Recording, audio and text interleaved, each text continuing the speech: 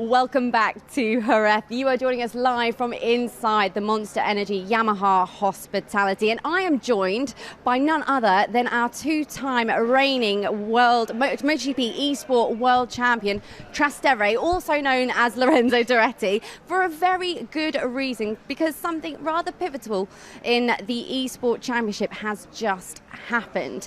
Now, you might wonder why we are standing inside the Monster Energy Yamaha hospitality. Well, Trastevere has just become the first official factory eSport rider for representing this year in this year's eSport World Championship, Monster Energy Yamaha.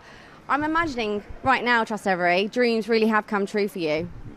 Yes, obviously I'm very happy now, and obviously this is a dream for me. No, I'm living a dream, and I love also these teams. I was young with Valentino, and I'm very happy.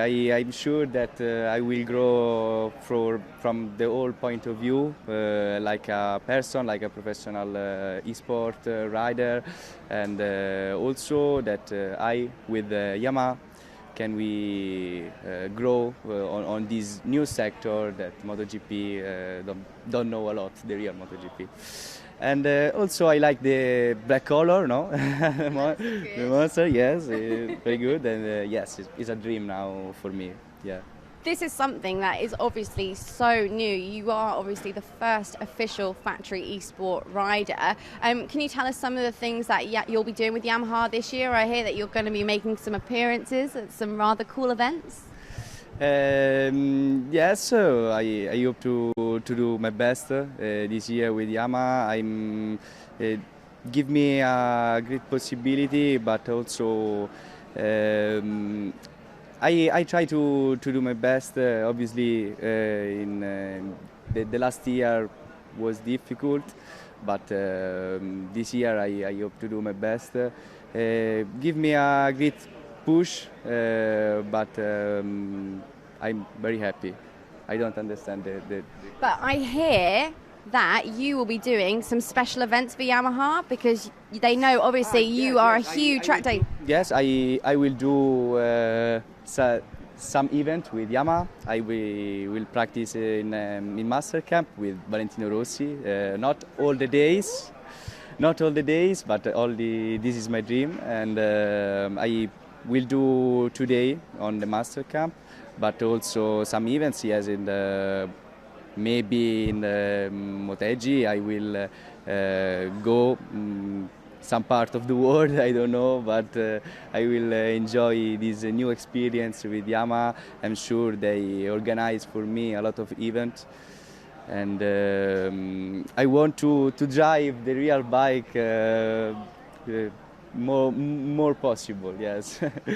And I want to enjoy it. I want to start this season as soon as possible, and this. Well, the season is going to be starting very soon, as Lorenzo just mentioned. We're going to be keeping the details tightly under wraps for now, but keep your eyes peeled, because May 16th there will be the official launch of the MotoGP eSport Championship. More details on that to come, but the format's going to have a big revamp. It's going to be bigger and better than ever before. But Lorenzo, we obviously have to talk to you about last year's competition, because you came back, you were the reigning eSport World Champion. You had a lot at stake. At times, the pressure, you could see the pressure. But in terms of the competition, from your point of view, in 2 years, it's already grown so much. Did you feel more pressure this year? No, I try to be calm, like last year. Obviously, the pressure is higher every year, but the power is to do every year the same. And the MotoGP sport grown every year. Like the 2017 is. 2018 is better than 2017, and this year I'm sure that will be better.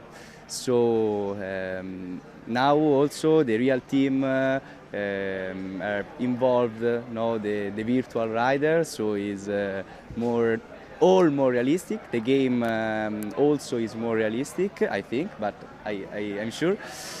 and I try to do me all the time and not to think a lot of pressure, because this give you a mistake. But I'm the in my family, no, I call the Iceman, and this is a advantage. Yeah, this is an advantage for me, but for all the thing, and I maybe this year will be more difficult, because every rider in eSport wants to take a crown, but I'll try to win again. I'm here for this. So you've just given us one little tip there to remain cool and calm as best you can under intense pressure. Have you got any more advice or tips for people out there wanting to have a go at the championship? Because also what we are forgetting to tell everybody back home, if you didn't follow Trastevere's story last year, in terms of the format we had, there were 2 semi-finals, and you actually didn't make it through the first semi-final. You had to qualify again for the second semi-final, and that was your pathway into this year's final. You went on to become the champion. So have you got any more tips for us? Yes, one of the tips is never give up, obviously, and to be able to not crash down after a loss, but so never give up and try to do ever your best, and train a lot the concentration, because this is very, very important on all the things that you do. Well, Lorenzo, you are now having all of the roles and the responsibilities of official riders. I know that there's media waiting for you, so thank you so much for talking to us.